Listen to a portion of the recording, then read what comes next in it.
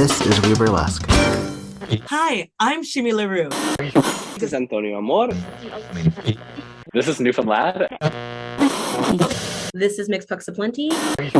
Hi, I'm Roxy Sunshine, the one who's a little bit of everything with a whole lot of shine. This is We Burlesque, Season 10.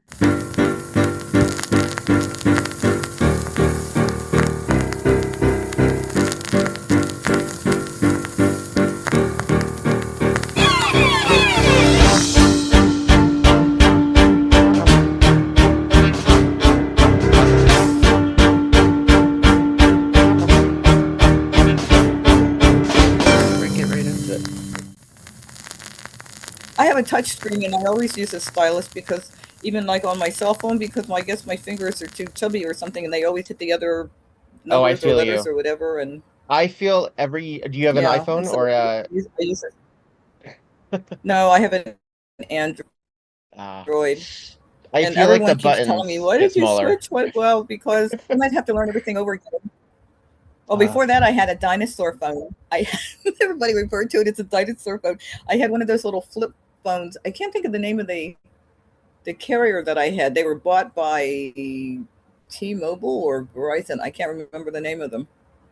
That's something else that has happened really strange since my diagnosis. Memory problems. Yeah. Did they say that was going to be a side effect of the medication, or? It's called anesthesia delirium. No. And actually, I know that drag queen. I know it does sound like it does sound like it does sound like I know. No, it's some people it happens, especially if you're older. I'm 78 now. I'll be 79 this year. Right. And it's like the older you get, and if you have to have surgery, there's always a chance that it could happen. But unfortunately, no one even told me that this would happen or could happen. And it was like a brain fog for the first like 3 months. And then finally, and I start reading and asking questions. And then finally I couldn't talk to the anesthesiologist naturally. You see them for 5 minutes. And so it's actually my oncologist. And then the breast team.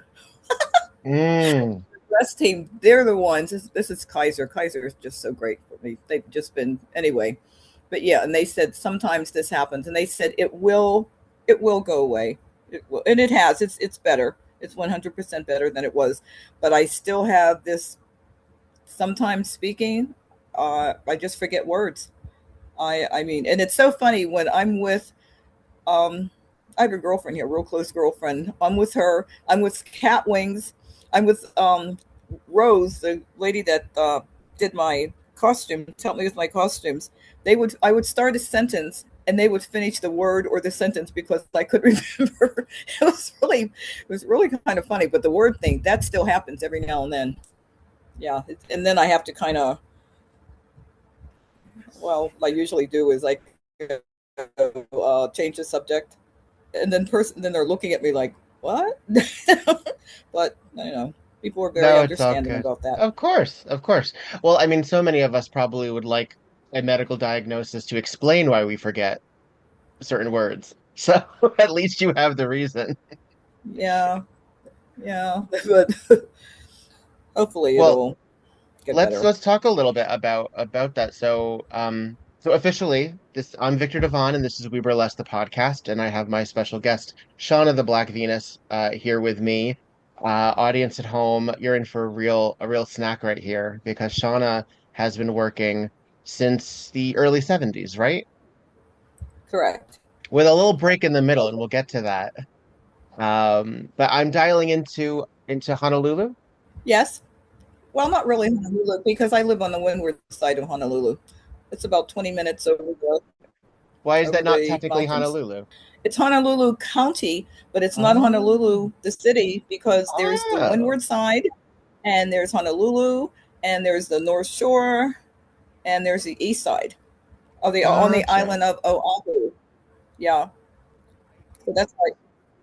Despite the fact that the United States claimed Hawaii, and depending on what information one is given, not so nicely in a lot of the ways, but that I still feel that it's still something of a mystery, exotic land for the mainland. Like we don't know a lot of, like it still seems like another world. Yeah, well, they stole it. Mm, They didn't blame it. They came over here with soldiers like I mean, I hate to say this, but it's true. mm, The colonizers, they came, they took it like they done to Africa, India, Thailand. I mean, just, this is all in the past, but this is things for that sure. they've done. But we're here. This happened, I can't remember the year. It was 18. But anyway, one good thing, they did get like an apology from when Clinton was in president, but Hmm. that's about it. But there's still things going on over here that should not be going on. I mean, there's like all this land it's being claimed by people are coming from all over the world. They're buying condos. We have such a homeless problem here, so much because they build condos and they're luxury condos. They're not Hmm. for local people. Hmm. I mean, they're not. That's why, for instance, I am having so much trouble now trying to find a decent, nice, just simple little one bedroom. I was blessed when I found this one, but they have to bring their, uh, his mom back from Big Island, and she has to be here. They actually built this place for her anyway, but then she didn't want to. She was taking care of her mother, and that's just another story. But I mean, it's like it's very, very difficult. I mean, some studios are like 2 grand a Ooh, month. Yeah, but I'm trying to I would like to find a senior place, but unfortunately, the senior places, especially on the Windward side, there's a waiting list of 3, 4, 5 years, believe it or not. wow, Yeah, wow, damn. yeah. So we shall see. All I can do is pray like I did before. Yeah, It always yeah, works. yeah. Well, It does. let's go back to the beginning. Where were you born? I was born in Pittsburgh, Pennsylvania. Actually, I wasn't, but that's what I always tell everyone now. I don't even tell them where I actually, it was Nassau, the Bahamas, but I always say Pittsburgh because they go, what? And I wasn't there that long anyway. So, but it just sounded more Ah, exotic. It sounded more exotic at the time when people asked me that. But it was Pennsylvania in the Pittsburgh area. in the That's Pittsburgh where I was area. at most of my life until, hmm, well, when I got married, I was, this is funny. When I got married, my husband, he was from the town called Beaver, and it's in Hmm. Beaver Valley. Beaver Valley had Beaver Falls, Beaver, Swickley, Aliquippa, and that's where I lived at in Aliquippa. That's Ah. Henry Mancini's home. Oh, okay. Yes. Joe Namath also. I'm trying to Oh. think who else was from Aliquippa. It was a little steel town. Used to be. Not so What much. Everything is like, what was your childhood like in the when you were living in Pittsburgh? What was life like? What was the town like? okay, what age are you talking about? Any age. When you were a young girl. When you were I mean, no, I went to school. From high school, I went to junior college. I took a couple courses, couple semesters, and then I decided I met somebody. Mhm. Um, well, actually, he was a high school sweetheart, and I got married. And at that time, they were doing the draft, and he got drafted and got sent to Panama. Yeah, Panama. And at that time, the family could not go. The wives couldn't go. And when he was gone, then I was out with my girlfriends, and then I met my second husband. Seriously, I Was did. there a bit there was a bit of an overlap there? Well, what happened was that's when I met him, but we actually didn't marry until after I was divorced, and it was a couple years afterwards. And I made up my mind if that's what I really wanted to do. Then it turned out that he really was the love of my life. But then high school was just plain old high school. It was like I wasn't crazy about high school at all. It was like, in fact, I actually started dancing when the first husband, was in Panama. I was out with my girlfriends. We were at a bar. They had a, they were having this dance contest, And I said, I could dance better than that. And at that time I was drinking and I wasn't supposed to be. I think I was like 19 or 20, maybe 20. I think I was 20, but not Mm. quite old enough to drink, but I was anyway with these other girls I was with. And anyway, I danced and I won that contest. And that's actually how I got into dancing to begin with. But I've always danced. I've had ballet, tap. I took that like when I was a kid, really a kid. And so that's kind of like, I always liked to dance. I was Mm. always dancing, like in high school, all the, dances that we had. And that was a lot of fun. But that's actually how I started. And when I won that contest, then the guy they had, it was a go-go place, and he asked me if I wanted to dance, and I said, "Oh no, no, I can't do that." Blah blah blah. And then it was funny. He gave me his number, and I think it was maybe about a month later, and I said I should try this, and I didn't tell anybody, any of my girlfriends or anything, no one. And I went all by myself, and I danced, and then he told me how much money, measly $75. That was, but I said $75. That's pretty good, you know. Uh-huh. And it was for back then and had two piece. But then they brought in other burlesque dancers, and then I decided that's really what I want to do. That's Mm. but then it would have to be topless, and at that time they still wore the it wasn't the I guess they called them T-bars then, that you were, your butt was almost covered but you were completely covered in the front, Mm. but it wasn't not like a G-string. It wasn't a G-string. You were really covered in the back. Half your butt was not out hardly at all. Oh, okay. Yeah. And you had your top on. You didn't take Yeah. your top off. But then, okay, it changed, and then the money went up, and then tipping went up at certain places. Not everywhere, not every place tipped. And so then I decided I wanted to do that. And this happened all in a matter of probably a year. I like really, really, and I was working as a nurse's aide, certified nurse's aide then also. Mm. And trying to think how, anyway, the name of that place I remember was the Go-Go Lounge in McKees Rocks, Pennsylvania. And they brought in, that's where I met, oh shoot. See, now this is what I'm talking about forgetting things. It's all good. Take your time. They had a coffin and everything. And well, she kind of befriended me, and she kind of, and she also had a fire act, I think. I hope that was her. But anyway, because she showed me some things with fire, but down through the ages, a couple other dancers, they showed me how to, with the fire, the twirling and the blowing the fire and all that. That all Yeah. came from other. These weren't famous people. It's funny. A lot of the people that I met and read about was after I came back to Behoff. Because when I was out there on the road, I mean, there, where I was working, there just weren't any big, like, I think the biggest star that I worked with was when I was here in Hawaii, and I worked Hmm. with Gina Bonbon came. Oh, yeah.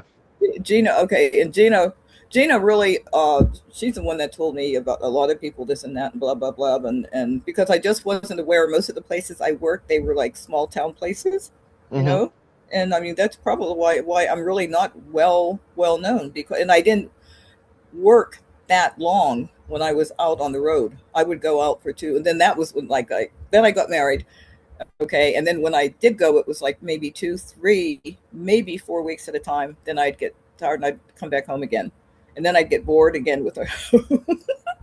and then I would go back out again. I'm trying to think the name of the agents that I had. When you were performing, can you walk me through a standard usual night for you? Was there a dressing room? You got ready? Were there other girls there? How long were the acts? What was the system like? When I first got started, it was We always had a dressing room. It was usually small, and there was always between 2 and 4 other girls. And once we started performing, say if we started like at 8 or 9 o'clock, I think it was usually like about 8. Bars closed at 2 o'clock, and it was like one after another.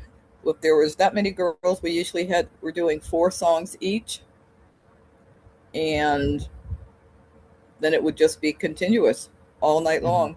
We would be doing just dancing our little butts off. We all had great bodies though because we would dance so much. Were you performing to records, or was there a band, or what was the? We started off. It was cassette tapes. Had. And then I think it went to CDs. Mm-hmm. And then I think it went. I'm trying to think I think the last time at that time, I think it was like CDs. Oh, I don't know. We had the jukebox too. Yeah. But they had a lot of the places. The girls requested songs, and they would put those songs on, and then they would play. And they had the quarters that they put nail polish on, so they could get use the quarters over and over again from the jukebox. That was funny. I remember that. That was a trick. That was a trick for the coins to come back out. Yeah, well, so we could use them over and over again. So those are the ones. Apparently, they must have had. I don't know. I think maybe some of them own their jukeboxes, but so they would keep the ones that the performers were using, and then the other ones, I guess, that would just go to the house, whoever owned the jukebox, I guess. But then with the cassettes, that was easy because we just we had the cassettes, the music right there. That was no problem. And then with the jukebox, you had to kind of like put the songs in at a certain order for them to come up with that order. And then I remember sometimes they don't, and then the wrong song comes up, and it would be so funny because then they'd have to they start over again. And so a lot of these are very short songs too. So how long were these acts? Were they back then the songs were like maybe 3.5 minutes, if that. Mm-hmm. So we're talking about like maybe 10 minutes on stage, 12 minutes, something like that. Yeah. Just back to back to back. What were some of your favorite songs to dance to, or favorite musicians to dance to? Miami Sound Machine. I did a lot of their songs. I liked when I first started. It was like the Drifters. But a little bit more slow, or did you want something a little bit? You wanted more. I was always, and I still, notice, I'm still moving fast. Probably not now. Yeah, probably not now. I haven't danced since the last time I was since Colorado Burlesque Festival. That was the last one I did. That was a year ago. Yeah. It was a year ago, like last week or 2 weeks ago. Yeah. Yeah. But my music now you're picking your songs now. Oh yeah, well, because it's like full kind of shows. But it's funny though, because we only do the one show. That was the most difficult thing the first time when I when I performed at Beehoff. That was, I said, was just one. I mean, but I had known before because I had started going, and I think in 2018, and I could see what music and the length of the songs, except there would be a few performers that did longer, much but most of them, it was the one song, but it was just once. I don't know. To me, that was just like the hardest thing in the world to get everything off. For one song in a 4 minute, it was like 4.5 minutes. That's about I think as long as we were allowed to do. Sometimes I think it was almost 5. I've noticed some of the performers, but most of the time it was 4, and that was like the hardest thing. And I said, "What?" I said, "How can you do a show?" And it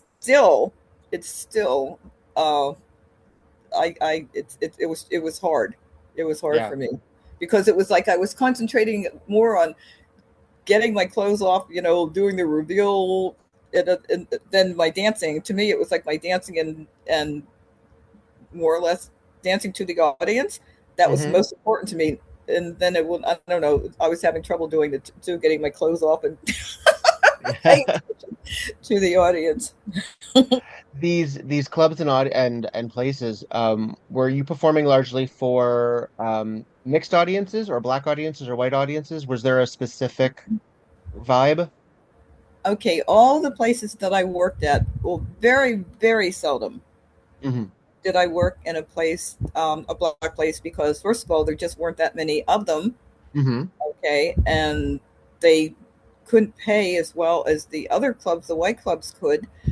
And most of the time, because of the music that I played, um, I don't like a lot of slow music. Oh, that's it. And I to perform, and I still don't unless it's, I don't know. I can't even remember anything slow that I really danced to. Well, that's not true. When I first started, because we always ended up, the next to the last song was always like floor work, and so we would Hmm. do floor work, and that would be kind of slow, and then the last song would be an upbeat song again. For me, that's the way I always did all my, when I had to do like four, when I did like regular shows, they were like 5, 6 songs long. Hmm. That's when I actually went into burlesque when I was on the road. That's, it was like 5 or 6 or 4 or 5, but always up, real upbeat. But I always used the music. I don't know. I like these songs from the white performers. I think what happened was because I worked in these clubs and I heard this music, and I said, yeah, that's a song that I could dance to. Like, remember White Snake, that I group? do. I do. There were songs, I can't remember the name, but there was a couple of their songs, and I mean, it's when you're sitting there listening to the other girls' music, and you're going, yeah, I like that group, and then I'd go and I'd buy the album. Uh-huh. You know, at that time it was albums. It Uh-huh. was it was, I don't know if it was CDs or, but anyway, yeah. Haven Records, yeah. But and I just got to, I was like, I preferred that type of music, and that's correct. I mean, not that I didn't use any black artists, because I did. Hmm. Like Rick James, I know I used him a lot. I Hmm. can't think of anybody else right off the bat, but I mean, I did. But there was a lot of my music. It kind of like, I don't know. It was like white performers, and I worked in these white clubs, and they kind of liked it, and so that I continued to, to use it. But I enjoyed dancing to it all. Were you one of the few black performers in your groups of folks, or were there There was were the not any. If I worked at a club, I was with other. I was the only black. Always, Mm. always. There was. I can remember 2 places I worked in. State College, PA, at a club called My Oh My. That was Jack Sapien's place. He's gone now. He was a real good friend of, what was that famous, their coach, Penn State's coach. I can't think of his name, but he was real good friends of, and he came in. Then he got in trouble right before. Yeah, he did something or other. They did, the coach did it. Anyway, that's another story. His club was called the My Oh My, and it was in State College, College Town, Penn State. That's Penn State's campus. Yeah. But I had so much fun up there. I had, in fact, that's where I really, really had and met a lot of gay friends, because one side of the bar there was like a curtain. It was so funny. One side of the bar, that's where the gay, it was gay. The other side, it was, straight. Just Hmm. that one little curtain. I mean, and everybody kept going back and forth anyway. It was so silly. But I was practically always on the gay side, because I just had more fun over there. And then Hmm. the straight side, it was mostly all men to begin Oh, with. Nothing like it is now. And that's why I just love it now, because there's so many women out there. And I get to talk to the women, and they appreciate what you're doing. And it's just, and that's where I had my first gay encounter too, come to think of it. your first gay encounter. What was that like? Yeah. I met a lovely girl, and I was more or less, what happened. I was experimenting, but I liked her, and she liked me. Yeah. So we experimented, and that was like first and last time. It was only the one time that was. I don't know. I said, okay, yeah. I said, no, I think I like guys better though. It happens. None of us are Yeah, perfect. but it's just that yeah, the friends that I met up there, they helped me with like I'm trying to think what show. The country western show. Some of the songs that I used for the country western song, the nurse show, but I really didn't develop that much there. But the music I had good ideas for. But yeah, I had, and then those are the shows that I did until I retired. And yeah. Well, roughly how many costumes did you have like in rotation? Fire show, country western show, Latin show, country western, fire, nurse show. I think about six. I About think I six. I think there were 6 shows that I just did, but I mean it's kind of like depending on where I went, like because of the way that I went when I went on the road, it wasn't that Hmm. often, so it was like real easy every time, when I would go somewhere, I would have a new, you know, something different. Yeah. Something Yeah. different. How did you travel with your costumes? Were they in garment bags? Did you Oh, have, okay. what was the? They were, yeah, in garment, but I had, no, it wasn't like I drove. Mm, I worked up and down the East Coast. As far to the Midwest. I think I went to Peoria, Illinois, Manhattan, Kansas. That's another college town, and that's about as far west I think as I went. And I worked. It was like Indiana, Peoria, Illinois, Manhattan, Kansas, and then the rest was definitely the East Coast. It was like uh, Corning, New York, Syracuse, New York, New Bedford, Massachusetts. mm. I drove most of those places. When I went to Peoria, I drove there also. Manhattan, Kansas, I decided not to because that was a little bit further. So I actually took a bus from Pennsylvania to there. I did just to see most of the country, but everything was it's like flat once you get to Ohio. It's nothing. Yeah. Now, if I had gone more further west, I really would have loved that. My husband and we took a 4-month trip. We had a motorhome, and that's when I really saw most of the western part of the United States, and I loved it. God, the desert, the Grand Canyon, Petrified Forest, all the ghost towns, all the old gold towns. It was just great. I like that part. Were you largely traveling alone? No, when I saw that was with my husband, my second Okay. husband. We had a motorhome, and we took a 4 month trip. He took off from. He was a mechanic, Uh-huh. and he had a 4-bay garage, and he made a big mistake of going under this truck without the safety jacks, and the main jack, for some reason, it just gave way and it severed his aorta, Oh my and he God. was dead. And Oh. we had been married for 17 years, and then that happened, and that's actually how I got over here to Hawaii. We had been over here a couple times, and I had called friends to tell them about my husband's death, and they said, "Why don't you come over and stay, for a while?" So I came over, and I think I stayed for like 2 months, 2.5 months, and then I had to go back because of the house and things I had to take care of. And then I decided that I wanted to be over here. And then there was an agent over here in Hawaii. Then he booked me over here. That's how I Mm. got to meet Gina. Okay. So what year roughly was this? This was Oh, 1987, 87. 86, 87. Yeah. Okay.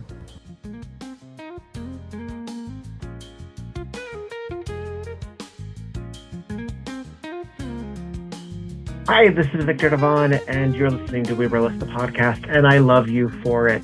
I gotta tell you, this is still one of my very favorite things to do. I'm very happy, very proud, very honored that people download this and listen to me and a bunch of folks talk about why we love what we do. It's really great. It really, really is. And I want to give a special love to the patrons on patreon.com. Give it up for Melody, Devin, JaCourtney, Clara, Dottie, Charlotte, Luna, Goosey, Roxy, Faye, Tiffany, Jimmy, Curly Bright, Oliver, Sebastian, Alex, Bo, and Stormageddon. I had to take a breath there, people. It's really lovely. It really is really, really, really lovely. I think it's so difficult to dedicate time and make shit happen, but I'm working on it. I'm trying. Goodness gracious. Please know that you mean the world to me.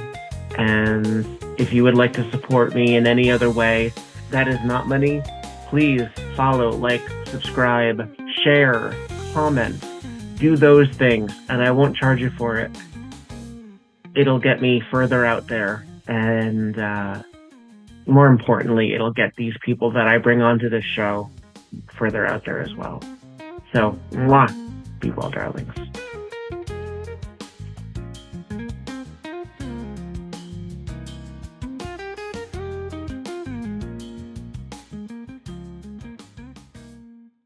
So you had also been performing in places like Puerto Rico and Guam, right? You had managed to make yourself. I did. Yeah, the agent, I had that same agent that was here in Hawaii. He booked me in Guam, and a different one in Puerto Rico, actually. In fact, I was asking Sweet Pea. She worked in Puerto Rico not too long ago. Well, I don't know if she works. I think she just went. But I asked her, was the what was it? The San Juan Hotel still? Yeah, that's the name of it. It's the San Juan Hotel. Do they still have burlesque? And she said, I don't think so, because she would have when she was there. Yeah, but that was where I worked at. That was great. I remember that beautiful. I can't remember the name of the fort. There's a fort down there that's just on one end of this island that's just absolutely gorgeous. I love ancient structures. Okay. I just really, yeah. Oh, which reminds me. Oh, I have to record that. On National Geographic, they're doing a special on Pompeii and Herculaneum. Oh.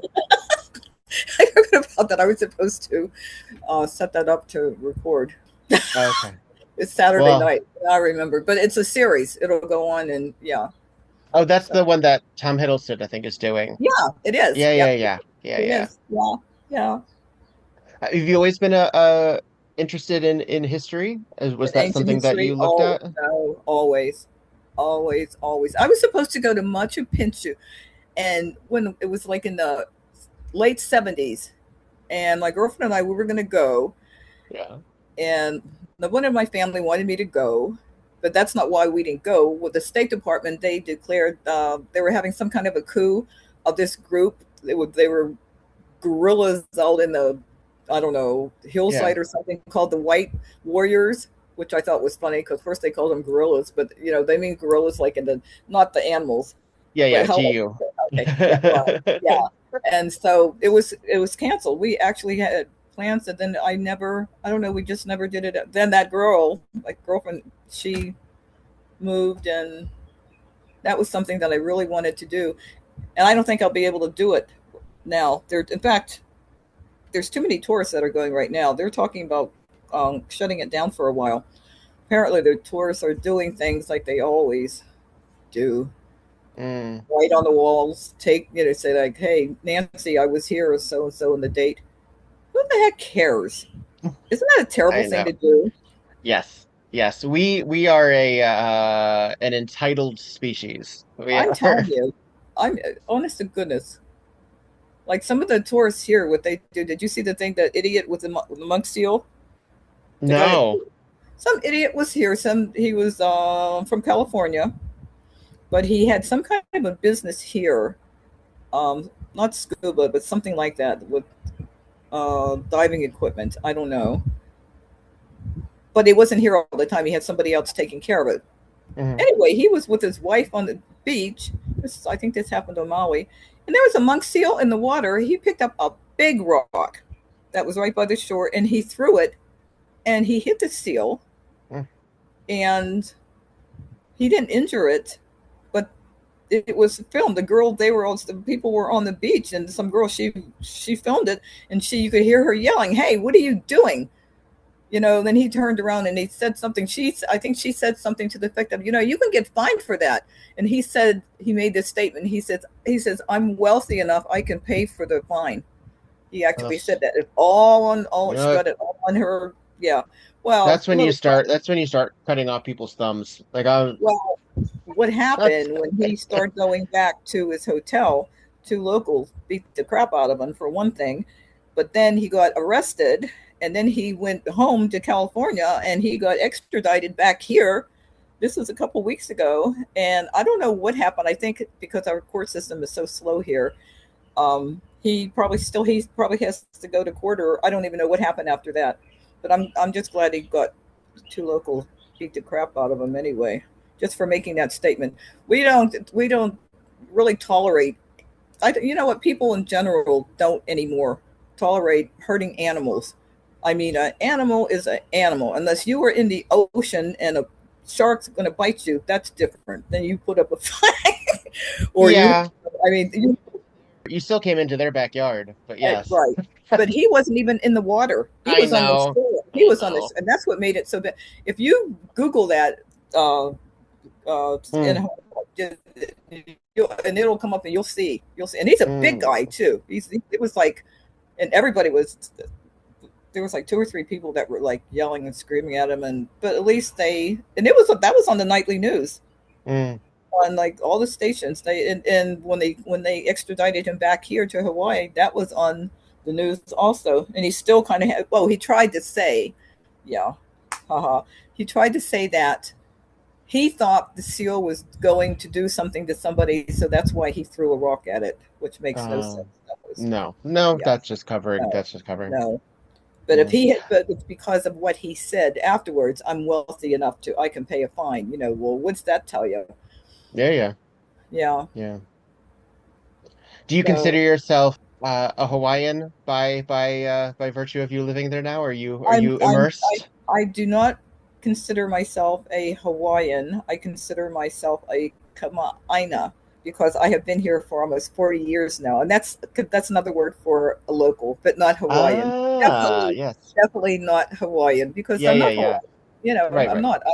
I'm the word Holly. They refer to that usually as a white person, but the term is outsider. It's somebody that's not Um, from Hawaii, but that doesn't pertain to me anyway. There's another word for black people, and that's propolo.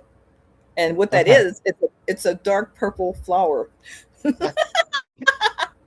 Which because the first time I heard the word holly, this is I mean when holly when I was first when I was performing here, and I heard a guy call another one, and the guy I was sitting with, I said, "Okay, well, there's got to be a word for black people too," and that's when he told me it was popolo, and I said, "Okay." I said, "What's that mean?" And he said, "Purple flower," and I said, "Oh, that's nice." Absolutely one of the nicer variants. Yeah, yeah. So, yeah. When you were performing and going to all of these locations, were you booked for a specific act or were you asked to just bring something? No, when they don't. That's not how they did it. The agency would, get in touch with them, or that's usually the way it was with me because I wasn't like really super duper well known, except in the maybe in the Pennsylvania area. I was, but up and down the East Coast, no. That was they would call, they would send pictures, um, or I fax pictures. Things were different back then. I think they went by Hmm. your pictures, and yeah, and because there wasn't a whole lot of publicity shots. You know what I mean? There was like I don't know. They would go by acts. Definitely with me they did, but it was I don't know. They did no. It was like you go and they the way it was how many the shows that you did and the money. That's what it was. Hmm. It was money. And back then, usually working on the road, it was like usually $500-600 a week Mm. for 5 days. I was talking to Aquarius Moon, who put together the Everybody Wants to Be a Showgirl, which largely talks about like the Black history of burlesque. Yeah, And I think a lot of when we look at the data or the content, we see like these 8 by 10 publicity photos every once in a yeah, while with like the beautiful, beautiful person and then their name, but that's sometimes all we see. That's sometimes all we ever see. We don't learn a lot about like their history or their bio or like no, some of these folks we're still trying to no, find out. yeah. When you were doing these publicity photos, um, were they for you to send to agencies? Where did you do The agency had the agency had the pictures, and then they would send out. But it was the agency. The agent is the one that built you up. That he would call and say, I have a girl, blah blah blah, and she does this, dot dot dot dot dot dot dot dot. That's how it would go down. Now, if they wanted pictures, then I guess they would. I don't know if they faxed them. I don't know how they sent them, or through the mail or whatever. I don't know. Bookings were usually done. I mean, like a month in advance or something like that. You would, yeah. Was that a fun experience posing for those things? Because I've seen some of your publicity shots, and you look gorgeous, but you also look very comfortable in your skin there, in these standing there in your under things. The black and whites, they were taken off Gene Laverne in Buffalo, New York. He's a famous photographer. There's a lot of the they took a lot, and that's where he was the first one that took pictures. And then there was another one, but all my black and white, those were like my publicity shots. Those are the ones that they sent that I got jobs from. The ones that were in color, that was later. That was like what? I guess I don't know. But the ones that were in color, those were not I think I just had somebody take those at a club that I was working or something like that, and then we just printed them. We printed them up. The black and white ones are the ones, the professional ones that are the good ones. That's the way it was, like when I was performing. The other ones are the ones in color. They're nice. I like them, but they're that's They're different. They're a different vibe. The photos of you, exactly, like with the fire yeah, and the animal print. exactly. Yeah, Yes. yeah, yeah. I mean, and that what is your hair? Is that a wig? Is that a headpiece? I What's going on? always I always wore wigs. Always. My hair is Mm, down the. In fact, I can wiggle now. My hair is down to my shoulders, but I always wore wigs because I could change the hairstyle. I could change the color. It of was always course. easier. My regular hair. That means I would have to curl it. I'd have to wave it. That takes time, and who has time? Especially when if you're working on the road, Hmm. even if you're home, it's just easier with the wig. I mean, black hair takes a lot to get it together. Let's face Mm, it, it does. And if it's long, and mine hmm. like it is now, but in fact, I cut it the other day, but it's still like shoulder length because I pull it back and it's on top of my head. I have a ponytail. Just easier, and it's been so humid. It's never humid here because the trade winds usually blow. For Mm. some reason, the trade winds have the weather is changing. It's just changing, period. It's usually our summers are like anywhere from like 87, 88, 89, but we don't have humidity. The trade winds are blowing. The last 3 4 years, the trade winds are not blowing like they used to, and we're going up to like 91, whatever. It's When yeah. did you adopt the name Shauna? Was that early? Was that immediately? When I first started, when I was doing go-go dancing, I had the name Dee Dee Shore because Dee my real Dee. name is Daryl. Yeah, Uh-huh. and everyone called me Dee Dee to begin with. So I just, and it was funny. The last name Shore. It's really funny how I got that name. I Uh-huh. got my mother's best girlfriend, Barbara Shore.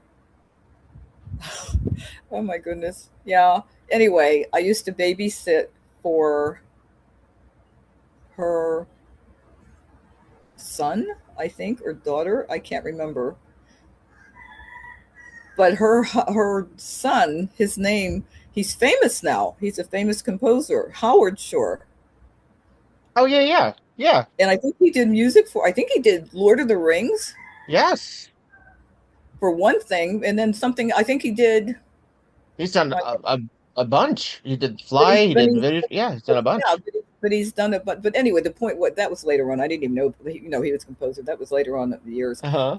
But then, I mean, but I always liked the last name Shore because I always had, just lots of fun with them. When they invited us over for like barbecue, this is when we were kids. Hmm. This is high school. This is high school, and that's why I just had that. I like the last name Shore, and so that's why Dee Dee Shore. But then when I started burlesque and I had to do the pictures, that's when I changed it. I always like the name Sean, and I put an A on the end to make it sound more feminine, Shawna. And then somebody, what my friend and Michael in State College, he said to add the Black Venus. And it was funny because I remember, why do I have to say black? You know, things were still kind of, you know what I mean? When it's black, I don't know why I felt that way. I shouldn't have. I should have been really proud about it. But at that time, I guess I was kind of But anyway, so that's how the Black Venus came upon. That was actually, and I said, yeah, I do like that. Come to think of Mm-hmm.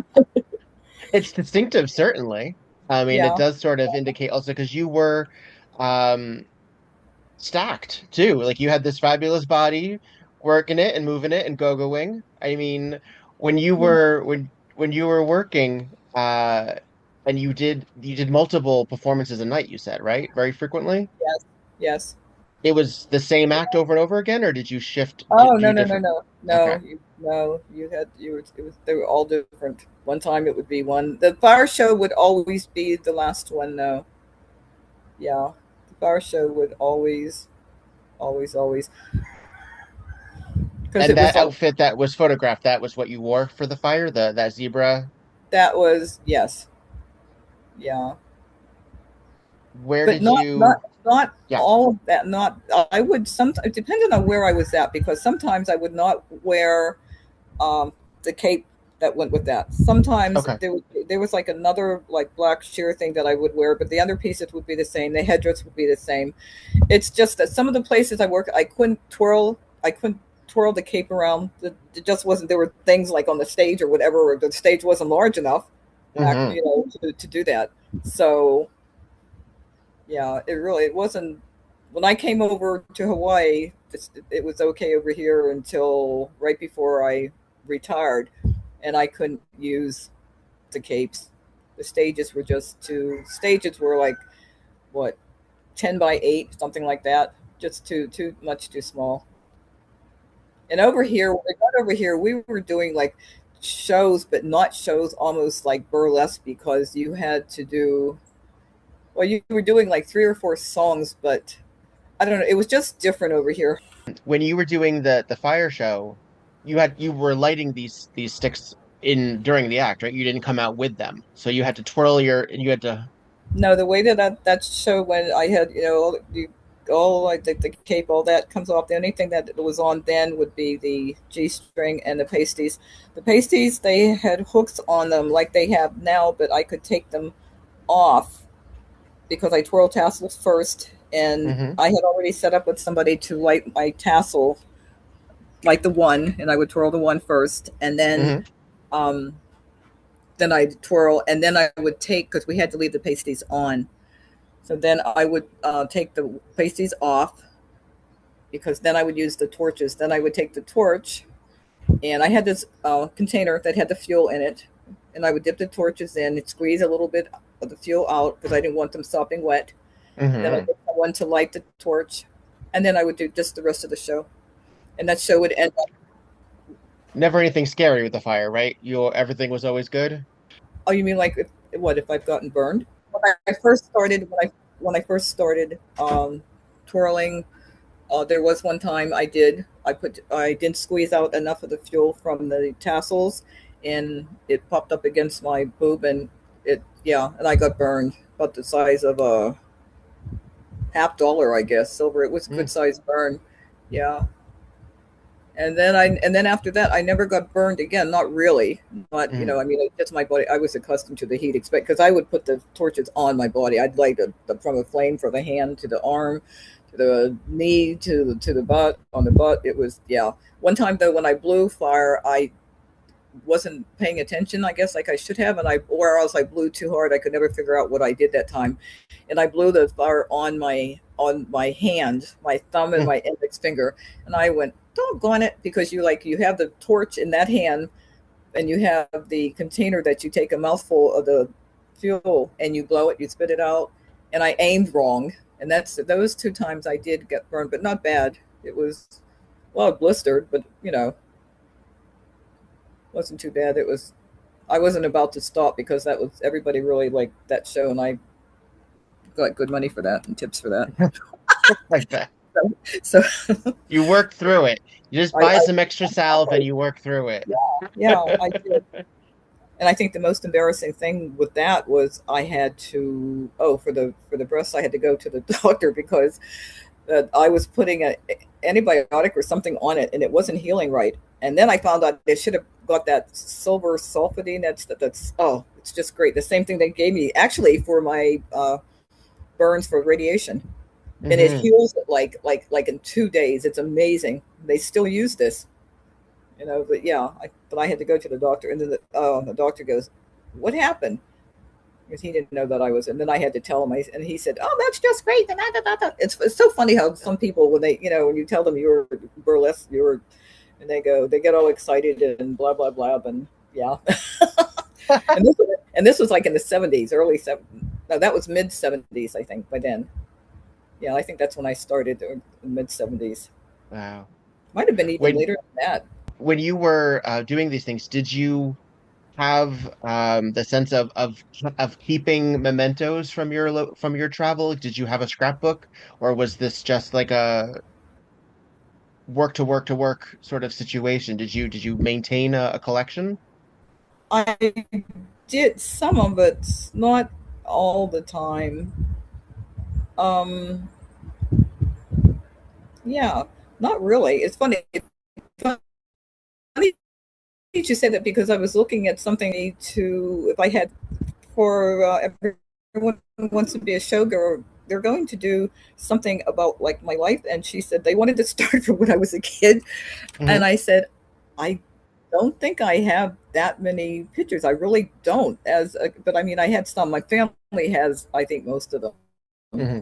I think, yeah. And so, but I found a couple that it's so funny. Oh my goodness, it's so funny. I had this. I must have been like 5 or 6. And then there's one where my mother's holding me. That was the youngest one.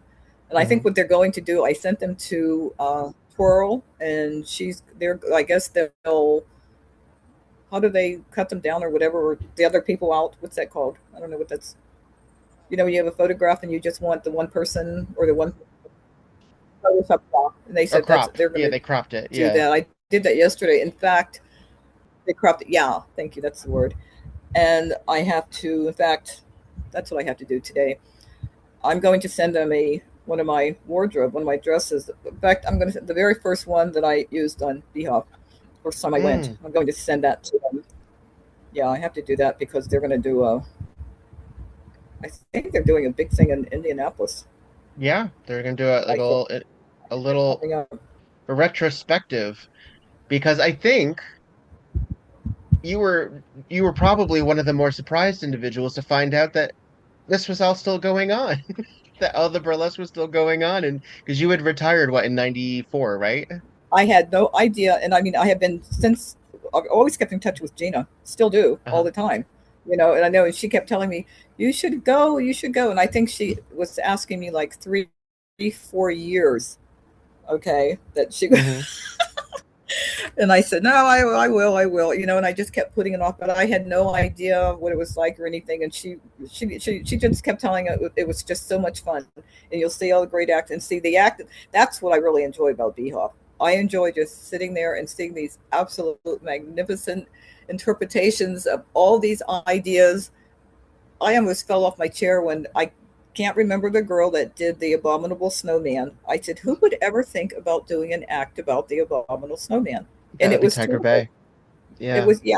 And then I think I worked with her when I did Asheville. That's like the best, that festival, Land of the Sky. Yeah. That festival is absolutely, everyone was just so great. And where I stayed at, it was like a cabin, and it was like out in the country. It was just beautiful in the mountains. It was like I had not realized how much I had missed Pennsylvania or seeing the mountains, those mountains, they're different. Here I could look at the mountains all the time. Where I Of live, course. I look out my bedroom window. They're there. I look in the front, but I mean these mountains are different than on the mainland. They're they're just, well, they're from lava. Yeah. But yeah, but it was anyway. Yeah. Well, so when you were asked to come back, what did it take to convince you to return to the stage to Well, I hadn't perform? even thought about it. I was just going because Gina said, she says you have to go, and so, but when I went, Sweet Pea, she was, in charge of the legends, and she said all you do is just walk across the stage, and I didn't know what the heck I was doing. I was just overwhelmed, but it was happy. It was a Yeah. happy overwhelm. It was like I was just thrilled to be there. I mean, everyone, there were so many people that came up to me, especially, I mean, Black performers, and said, Hmm. "We are so happy that you're here, and thank you for what you were doing." And I think the first time it happened, I said, "Well, what did I do?" You know what? I mean, I actually had to think about that, but just the fact that I was out there performing, and Yeah. they were so that and I never thought about it that way. It was like it was just great. It was that first year I went to Beehoff. It was just wonderful, and I'm going every year except for this past year. Couldn't go. Hmm. Bummer. We'll get you back. We'll get you back. Bummer. Bummer. If Yeah. everything is okay health wise, I will be going, but I know I won't be performing. Um, I'm not next year anyway. When I go, I'll just be going, and hopefully they'll ask me to do the walk, and that would probably. But performing, no, I know can't do that. I have to. I have to train my boob again. Mm. If it's at all possible, and I'm not even sure if it is, to tell you the truth. I find that you'll be able to adapt. I Well, think yeah, well, you'll, I'll have to. I will. I mean, I yeah. will have to adapt. But the point of, I mean, it was like twirling, the stopping the one, doing the other. That was like my trademark thing that I would, that I've doing since I've been performing at Beehoff. Yeah. That was always, because I can't do my country western. Because I dance country western, I'd have a heart attack if I did that now. The nurse show, I had like a 6 foot, looks like a big Cabbage Patch doll. That was a male. That was the patient. That was funny. The last song for that show was, I throw a sheet. It was floor work. I'd throw a sheet over the dummy, put him on top of me, and then did the song "Great Balls of Fire" and would throw him up in the air like he was screwing me. It was so funny. Can't do any of that. I told Uh, Sweetie that, and she says, "Oh, we could probably get a big Cabbage Patch doll." I know some volunteers. I know some folks who would say, Yeah, that was, but I mean, I can't do the Latin show. I love that one because I did like the rumba, the cha-cha, and all, but everything was like up, fast pace, hmm. and it's like that's been my biggest thing right now, to do, to just slow down. What but I kind of, I have slowed down. I'm trying to think the last two songs. I started off with what, Rhapsody in Blue, Uh-huh. and then good as it goes, good as it gets. Good, I forget the name of the song now, but it was like an upbeat song, but it was still like mediocre speed. It wasn't like Miami Sound Machine, Uh-huh. which I just Wasn't quite absolutely, not quite yeah, the conga. Yeah. yeah, loved doing it. That was like, oh, out of this world. And then what was it? The Fire Show was African music, Okay. and then the last show I did at Beehoff, I switched. That was like African music, and that's what I heard when I heard my knee. That was really, uh that was terrible. I hurt my knee trying to do African, and I should have known. And then the next night, when it was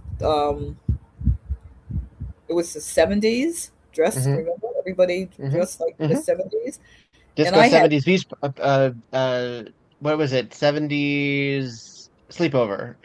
yeah, yeah, and I had that big pink Afro wig, And the dress that I had on, I had bought this dress and it had like groovy on it and all this stuff, but it was completely covered with rhinestones. I put stuff all over, front and back and everything. It was really great. And then I had these go-go boots that I decorated like crazy, and I couldn't even I couldn't wear them because my knee was so goofed up.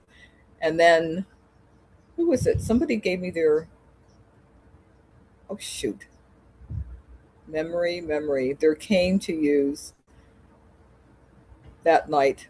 And I went to the performance, but I couldn't, I was so disappointed that I couldn't wear the boots and everything, but it's fun. I had the wig, but it was fun. Yeah. That was the last, yeah. What is it like? But that dance that I did, that was the African outfit. That's put a lot of time into that costume. That was all you, right? Or did you commission? Oh, there's a girl here, Rose, a friend of Cat Wings. She introduced me to a couple years ago, and I would usually have ideas. That one she actually made. She did the skirt. I did all the embellishing, and she did the sewing. She sews real fast. She's an accountant, but her mother was a designer for Disney, and she started helping her mother with her sewing at home. And then when she was in school, her second thing in school was designing, and she sews like a son of a gun. I've never seen anybody. Have you ever seen anybody stand up sewing? She stands up and leans on. Yeah, she does. She stands up with her sewing machine and she puts her arm. She had like 4 books, and she'd have one arm resting on the books and the other arm holding the material, and she'd be standing up. Yeah, she still sews like that. But anyway, she helped a great deal. She did that costume and I did the embellishing.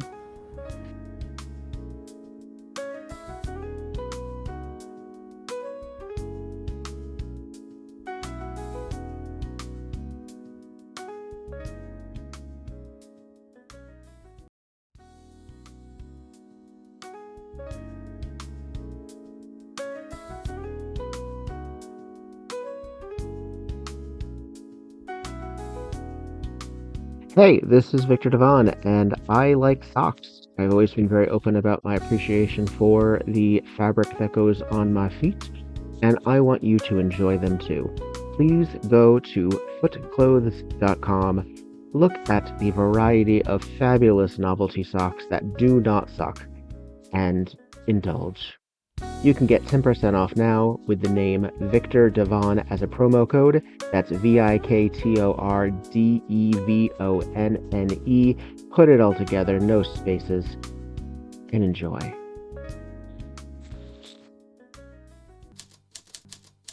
I'm Victor Devon. I'm Petra Fried. And this is Tonight on Murder, She Wrote. I live for this moment where Jessica says, the decor of this room reminds me of something, but I'm not sure what. Baby, if this isn't Captain Hook's boudoir, I don't know what it is. He's kind of giving, like... Bulldog bear? Like, I know this guy. Like, even like the cut-off shirt, like the sleeves that are cut off on his shirt. Yes, especially the cut-off shirt. He's going to cruise in a few minutes. He has to pick up his harness for Folsom. That's right. The Reverend showed up and he found her stabbed in the bed. And bathed in this red Suspiria light. I know. Red light special.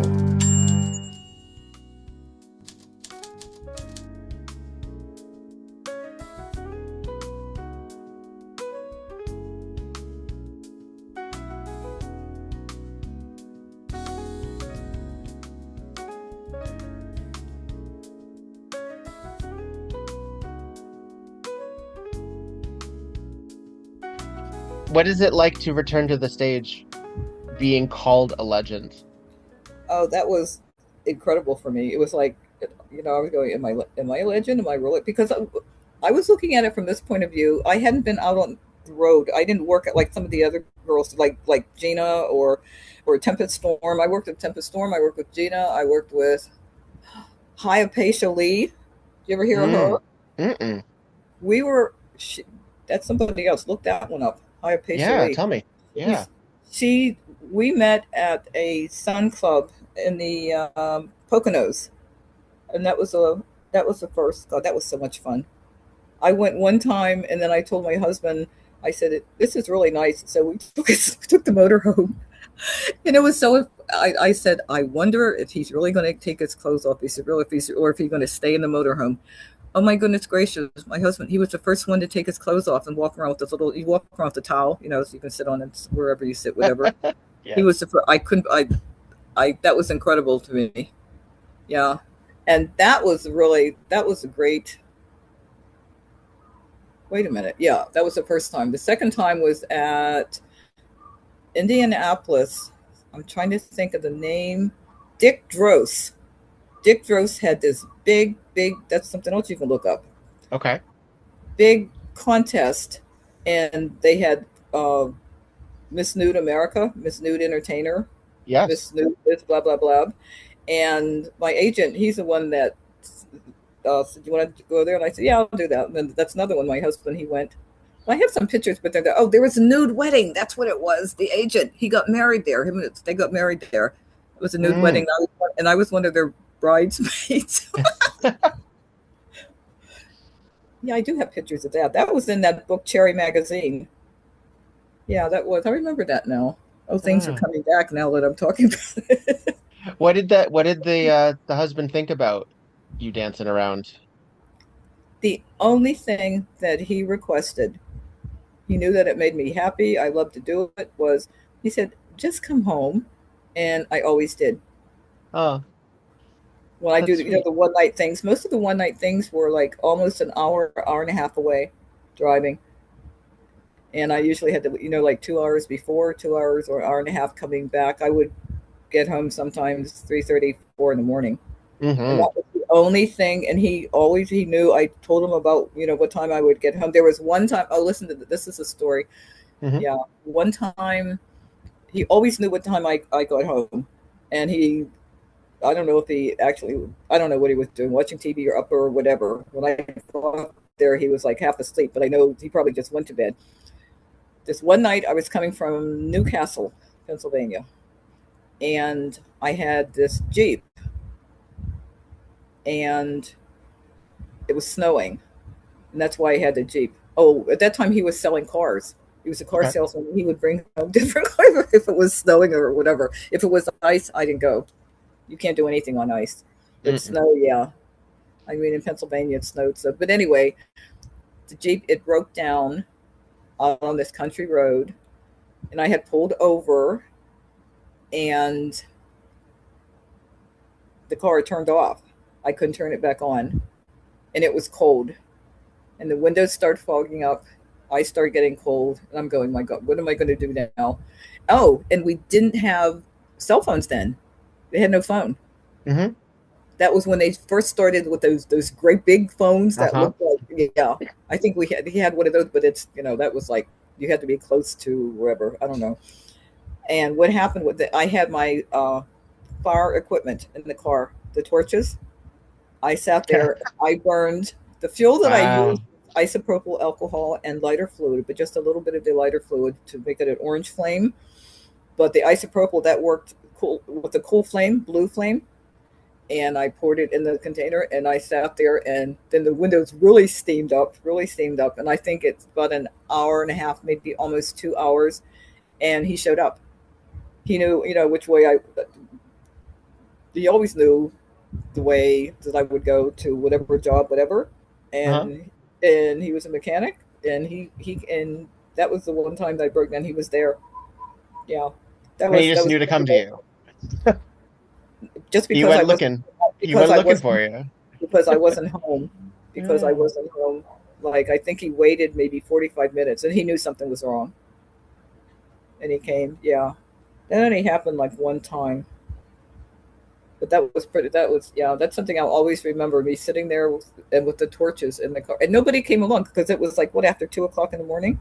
Yeah. Like it was like 2:30, 3 o'clock. Yeah, it was a country road. That was. I was always taking these country roads because they were quicker. Mm-hmm. And most of the places I worked at, actually, they were out in the country. They Mm-hmm. were, yeah, yeah. Well, at least you had your fire act. I know. I I had that with me because but he would have been there anyway, but still. Oh, So it was, I'll never forget that though. The windows were all fogged up and because I was, burning oh yeah, those are fun. when you were nursing, you went into healthcare Yeah. specifically, right? Yes. What do you think led you to that path? Just Nursing? yeah, were you just a nurturer? Did you just want to help people? Was that just part of your No, my mother was she was a certified nurse's aide, but she was also doing something in surgery. So I'm not sure what it was because it was like she got sick when I was in my, I think, junior year, no, sophomore year in high school. And then that's when she had to quit working. But I remember her going, and then I said, I decided I want, oh, and then I know what it was. Then when I was, okay, mom was working in the hospital. And then I decided I was a candy striper. And okay? then that's when I realized that I really, really liked doing, and I was just doing little things. I was just, you know, answering lights, and then telling the nurse what patient wanted, or they let me do the water pitchers. Um, it was just little things, but that's really when I decided that I liked healthcare, that I liked doing that. And then that's kind of like started me. I did that like almost all through high school. I think I started Hmm. that when I was right after, I don't know, I think I was like 13, 14 years old. Yeah. But that's actually when I started. And then after I got over here, um, I went to community college and I was accepted into the nursing program.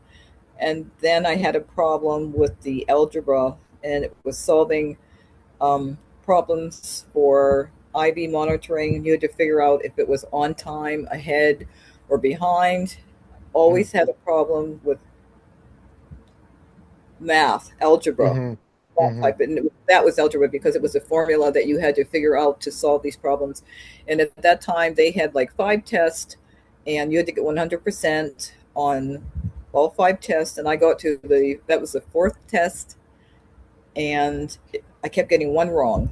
And I took it like 3 times. And if you didn't get it right after that, you were out of the nursing program. Wow. You had Thank to get goodness 100%. Wow. there was only like 10 questions on each test, so it wasn't that bad. But that part with the IV monitoring, when it came to the formulas, and I mean, it was a different test. All the three that I took, they let me do it 3 times, and they warned us that, that you had to get. And it was funny, the very first day of school, I'll never forget this. Um, this instructor came in and she announced, Mrs. Aoki, that was her name. I remember this, Aoki. Aoki. She said, half of you will not graduate. She actually said that. Everyone's going, what? What? And she was right. My girlfriend that I was real good friends with, she went on she graduated head of the class. She's still my best friend now, Judith, Mm. very much so. But I mean, she was like a whiz with, and I mean, I even had a tutor also because I knew, that I was going to have trouble with that. And when it just came to, I just did not test well in that. Hmm. And everything else about the nursing, everything was all A's, B's, all the tests, everything for the rest of the semester. And then I could not, yeah, and I, they will not let you go on. The next semester was meds, so I guess they'd stop me before you kill somebody. So, Yes. Yes. but it So just was meant to be. But then that was it. that's what Ah. I'm saying. I was out of the program, and but then what happened was I should have applied to one of the other schools here, Mm. but it was like 40,000 a year.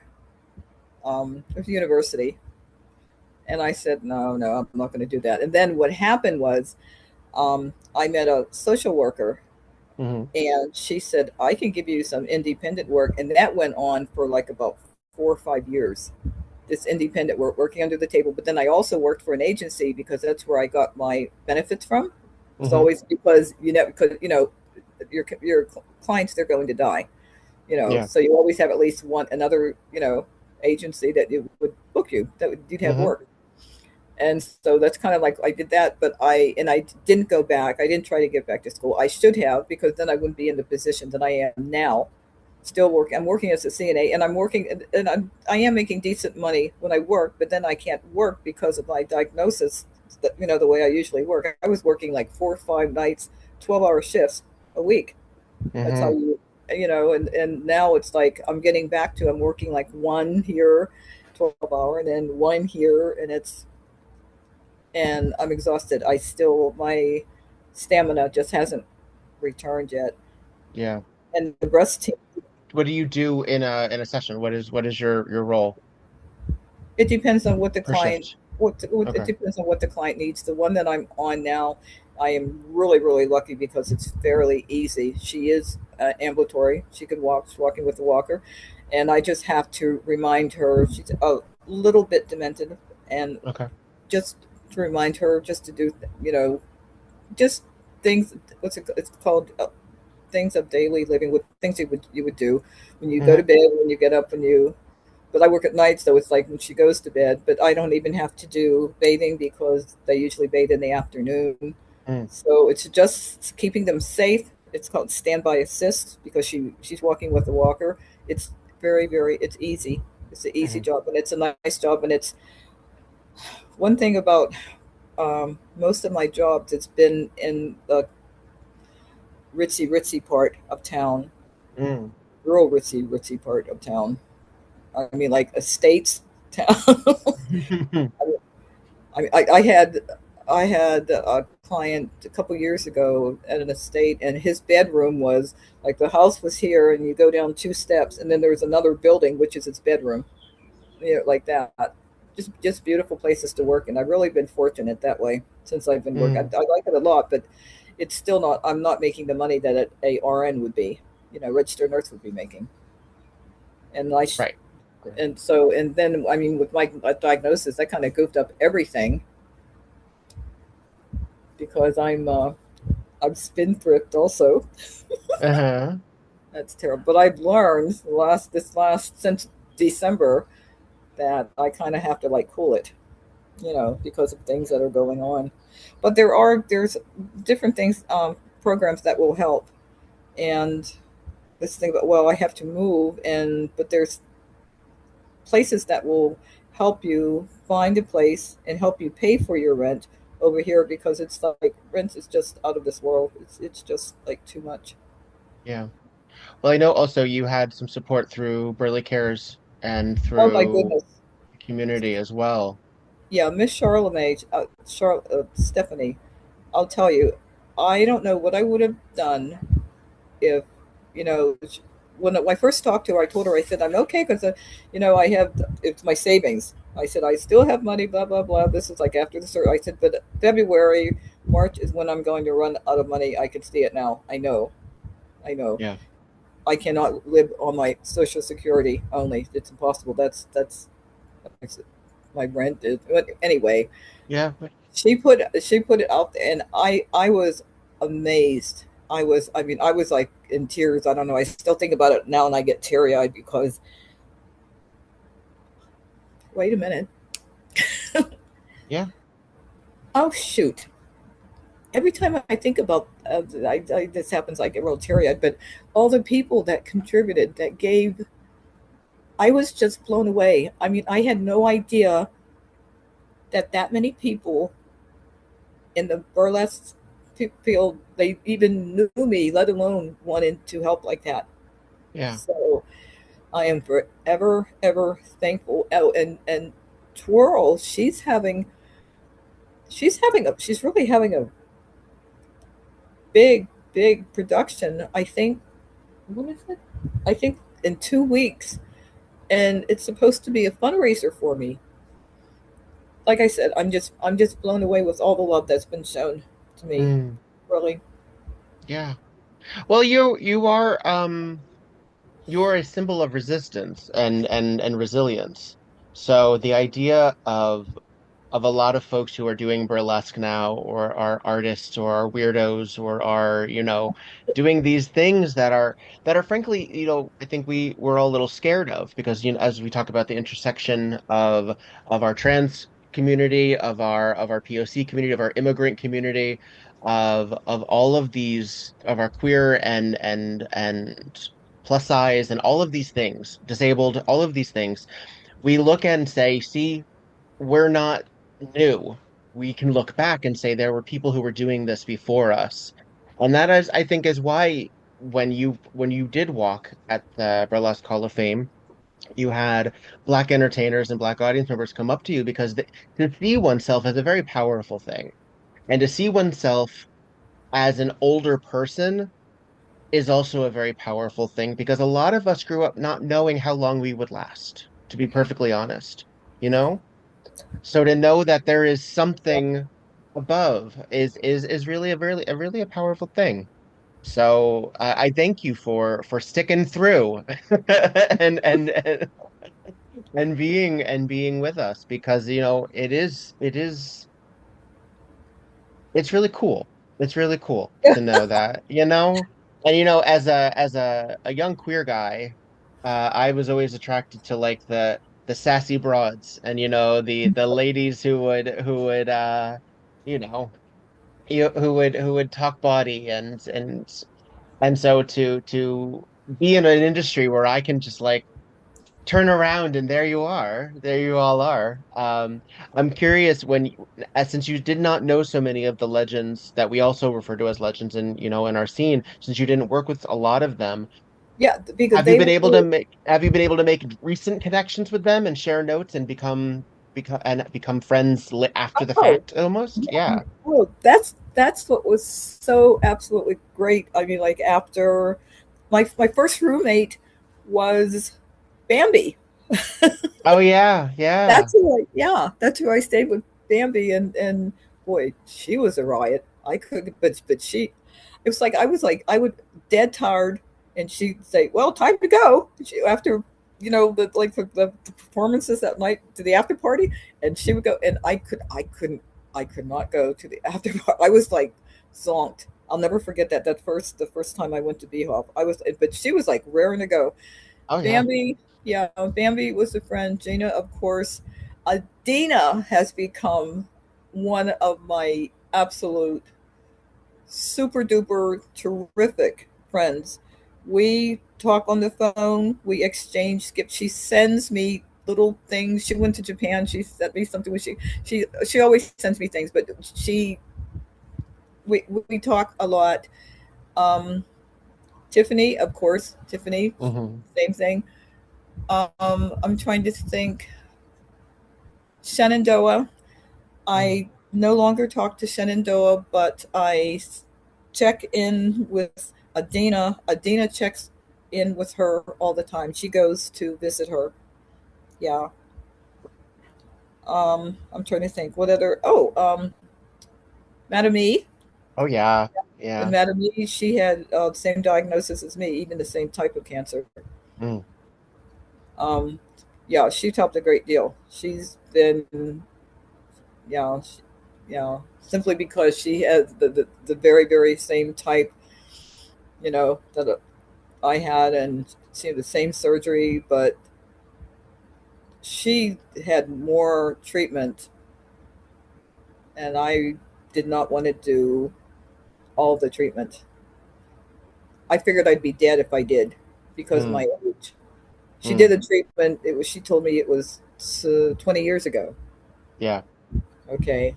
Big Yeah. difference. And Right. She would have been it's, in her it's, in her it's 50s. Yeah. it's just that I have taken care of, I don't know how many people. I've taken them to their treatments.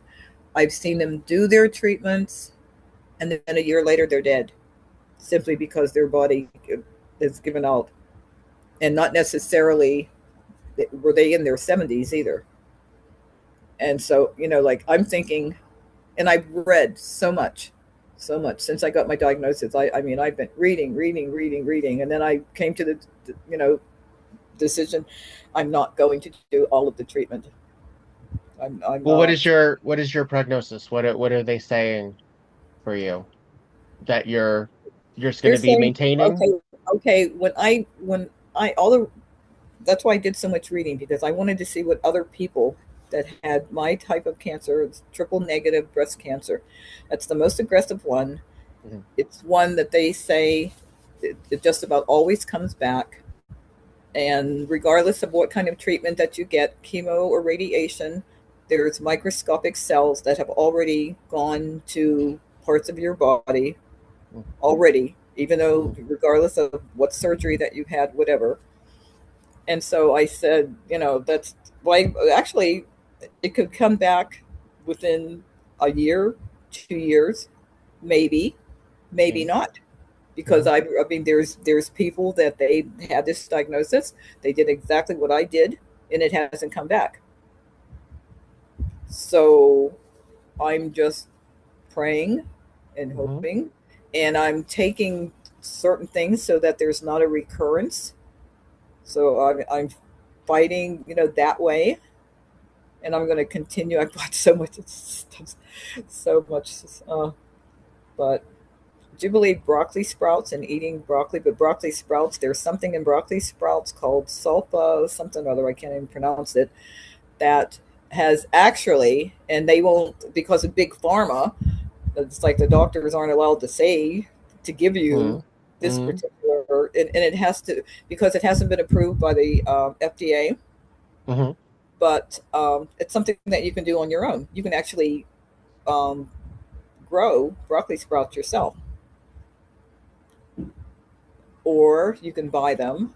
But I think growing them is better because they're there and there's nothing else in them. But on Whole Foods, they actually have broccoli sprouts also. So, but I just hoping that's all I can do. That's all. The only thing that is going on right now with me is the stamina, the fatigue problem. That's what is just a big downer for me, that I can't run around and do everything that I want to do, or when I do something, it's like I have to take a nap for half an hour, or at least it's only half an hour. It used to be a couple of hours.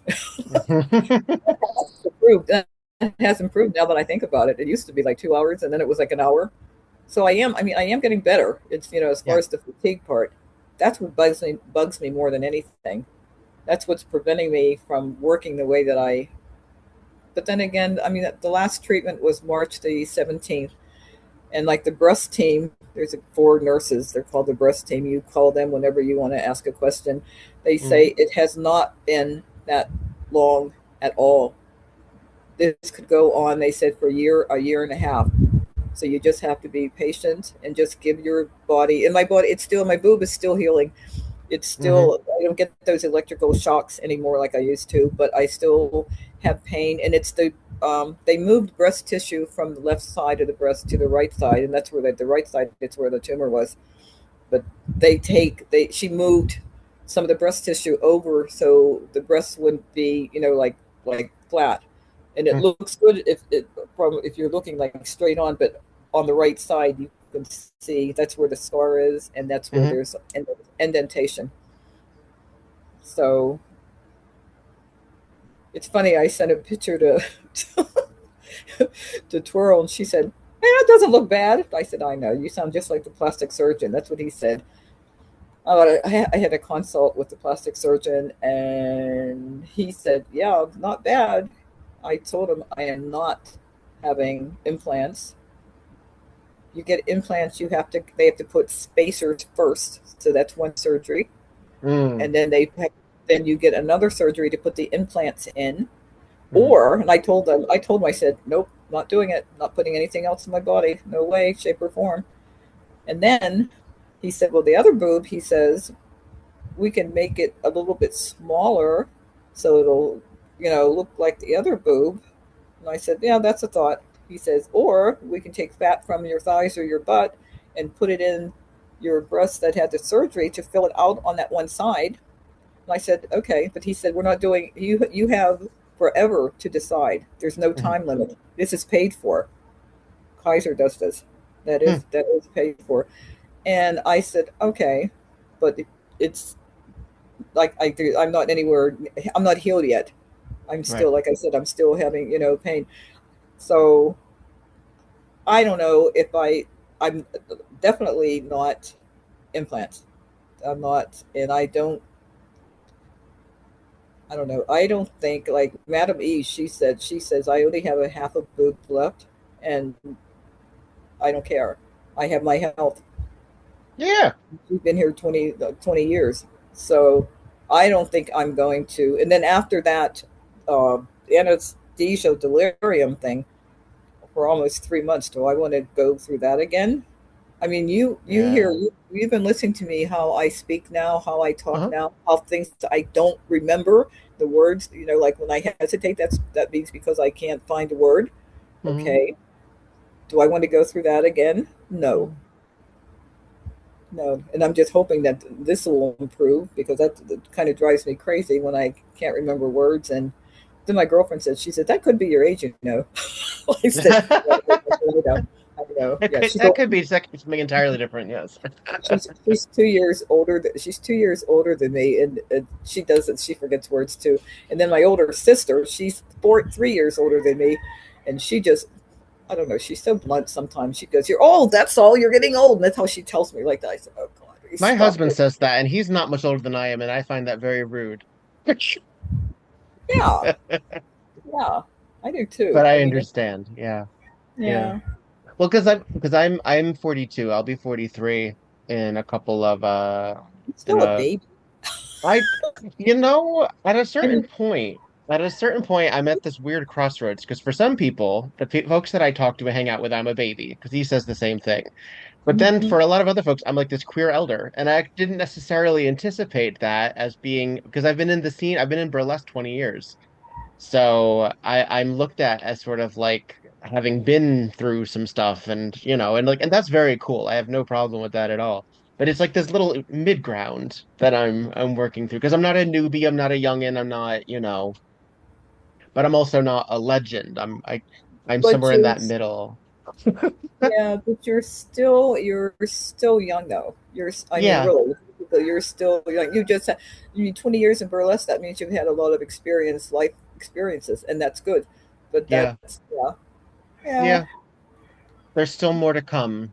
yes, yes, there Yeah. is Uh, very much so.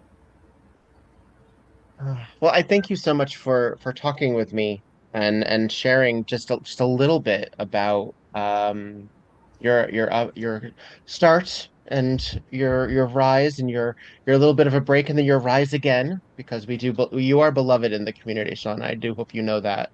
Oh, Um, most definitely, I do.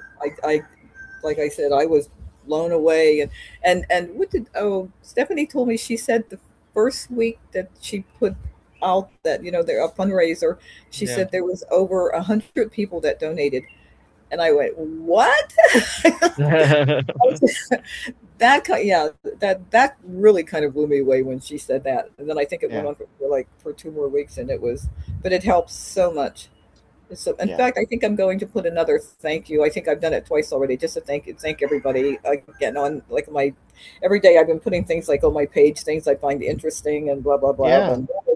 But I think I'm going to run that again, just to thank people again because it much appreciated.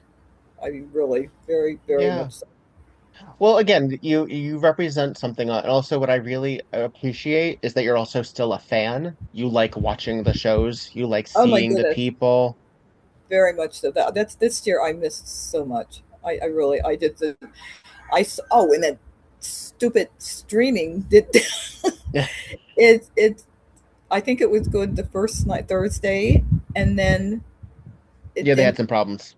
and then they had problems, and it was Saturday when I really really wanted to see, and I didn't, and especially uh Jen Minsky. Oh, she's Yeah, a good friend. We yak, but especially good. with her flyers. Poor little Kirby is it's one of her flyers. You know her little flyers she has, right? Her little sugar flyers. Yes, Her little yes. animal. Okay. Well, one's been sick. Kirby's been sick, Hmm. big time. Yeah. I mean, in the hospital, and Jimenez.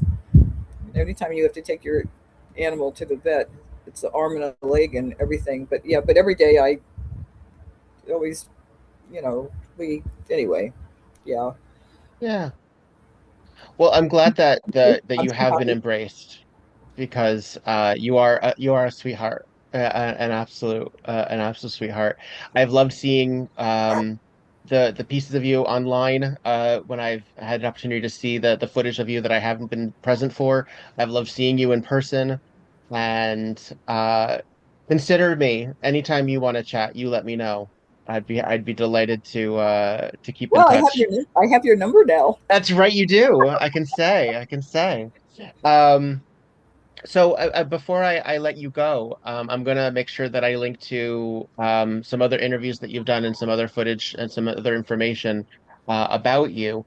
Uh, do you have any specific memory from your past that you consider sort of one of like your greatest hits, like a great event that you went to, a great venue that you went to, a person that you met, or a show? Is there something that you look back and say, "Oh, I really did that"? Outside of outside of Beehaw, the last two times I performed, um, and Land of the Sky, Mm, I've been really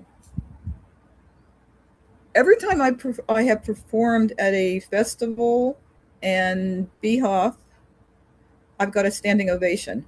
hmm. And the only place I didn't was at What the Funk, but that's because of the way things were set up there. You know, they have like terraces on each side, and then there's Uh-huh. tables in the booths. Yeah. And so I figured, I said, well, maybe I didn't impress them, but at least they were still appreciative, though. I mean, they still yelled and screamed and everything. But all the other ones, I got a standing ovation, and that was great. But the first time that things were that I felt really special, and this was at that contest in Indiana, Dick Dross. I'm trying to think of the name of the Roselawn. That's what it was, Roselawn, Indiana. Okay. Look up Roselawn, Indiana, and the guy's name was Dick Dross, and it was Playboy was there, Cherry Magazine was there. What's that other magazine that guy he had a stroke or something and he wasn't, but he was he wasn't very nice. He had a Oh, oh I can't think of he had a magazine. He had a magazine. There was was Hustler, Playboy, Penthouse, Hustler. Hustler. That guy who owned Hustler. Larry Flint. Larry Flint. Larry Flint, right. Yeah. All those magazines, they were there and they were filming, and oh yeah. When that happened, they wanted me to come back the next year. I think because I did my country western show there, and my agent said, "I think they want you to come back." He said to perform for best entertainer, nude entertainer Oh, of the year. Yeah, yeah. I never finished telling you that, but anyway, but that particular when I was there, and it was outside Yeah. Roseland, Indiana. This is a big thing. It was like huge. It was, yeah, that was really something. Come to think of it, but anyway, Yeah. that was the first. That was when I really felt like, wow, I guess I am an entertainer because of the people that were there, the pictures that were taken, the photographers all over the place. It was like, oh yeah, and I never worked at a place like that since outside. I was like, that was like the biggest thing, and I wasn't even. That was like when I was first started too. I wasn't even doing. I don't even think I was doing my fire show then. Well, there's footage. There's a magazine, The Entertainer, that Aquarius posted a couple of Oh, weeks ago. I think That was that was from a club in Steubenville, Ohio, if I'm not mistaken. okay. Was it Steubenville or was it what other towns? Uh, Let Yeah, me see here. Steubenville. It's a place called the ITAN Club that I worked off and Hmm. on. That was like a hour and a half drive from home. I'm trying to think of the. I think it was Steubenville that Okay. they had an entertainer magazine and they did a story on me on that. Yeah, I remember that. Yeah. Yeah, that one I do have information on that. There was that one. I think I have to think about Dick Droz. Yeah, But the biggest thing, without a doubt, was when all those magazines were there, and I mean, it was like not a football stadium, but it was. I mean, it was like this place. It was like huge, but it's all outside. It was everything they had put up for outside. You know, the stage that was like they Uh-huh. put up the stage. There was, I don't know when they took and one thing that happened about that when they took pictures of all the people that had performed. I was like on the end of these benches that they had. There must have been like about 5 or 6 of them because there had to be like 20 people, and I was on the end. And when the photographer took the picture, they missed me. Ah, bastards.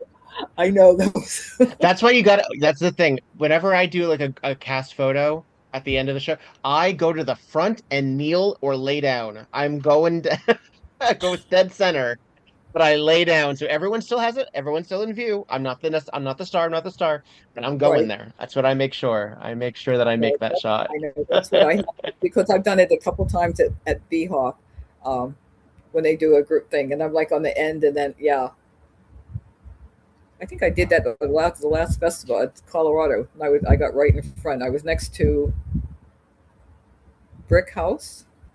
Oh yeah. Yeah, I was standing next to her, and then that was a nice. People that were there were very, very nice. That festival, but the festival it wasn't. Oh, never mind. I won't say anything. Oh, all right. You can tell me off the record. How about that? It wasn't. It wasn't. It wasn't run right. It wasn't organized. That's the word. It wasn't. Ah, But thank goodness I had Alorum Velvet as my escort. mm-hmm. My goodness, she took care of everything. I really like. She was like my second like cat wings. Cat wing, just everything. I did never have to worry. Yeah, just perfect. I've had some really really nice escorts though. Cat wing Yeah. is like the best. But when I've gone, like on the road, and yeah, really nice. Well, thank you for chatting with me. May your day and the rest of your week be fabulous, and your recovery as it continues to be smooth and gentle as best as it can be. I'm rooting for you. I know we all are because we want to be in your presence as soon as possible. So you Yeah, take your time. yeah, I will. I just hope that I can come back to BHOP because I just love that so much. It was, yeah, it's just fabulous. It's just all the shows are just. I can never get over all the great ideas that people have for putting shows together. You know. But anyway, I thank you very much also for Yeah. the. You made this very, very easy. I was really a little bit apprehensive. I said, "Oh, cripes!"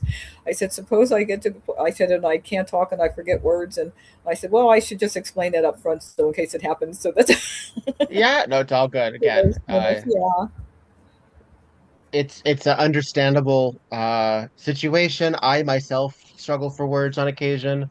We all have our stuff, and I don't even have the medication to blame for it. So thank you, Victor, of very much. course, of course, and I do mean it. Anytime you wanna just shoot me a text or something like that, I'll bother you every now and then too. I don't want to be too invasive, but I'll bother you every now and then. That's Uh, not. That's just being a friend. all That's right. all. It's just being a friend when you check in on people. Of Really course, of much course. Well, appreciated. you are a delight, and I wish you nothing but every blessing. And I will talk to you another time. Okay?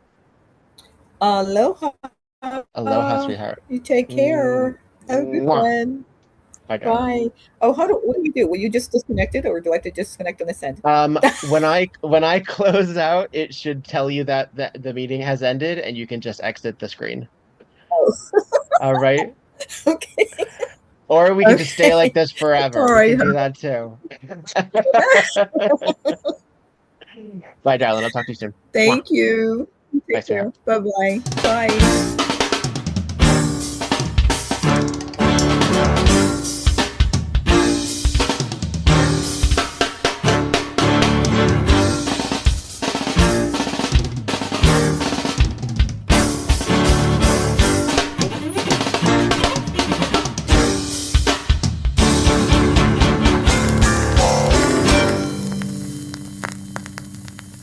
We Burlesque the Podcast, created, developed, and edited by Victor Devon. Podcast artwork by Logan Laveau. We Burlesque the Podcast cover art photography by Atticus Stevenson. Theme song, Anna 45 by This Way to the Egress, used with permission. All incidental music via Pixabay under the expectation of fair use. Please visit WeBurlesquePodcast.com for notes on this and every other episode. Follow We Burlesque and Victor Devon on just about every platform, and support the podcast via patreon.com/WeBurlesque. Don't got the cash? Please follow, subscribe, and give 5 stars on every platform you can get your hands on. It really does help. All original material is owned by Victor Devon and White Elephant Burlesque Corporation. All other materials property of their respective copyright. No infringement, while likely, is intended. This episode, and all episodes thereafter, are in memory of Lucky Charming. Miss you, friend.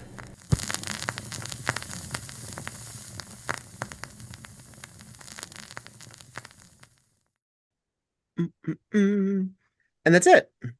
Woohoo!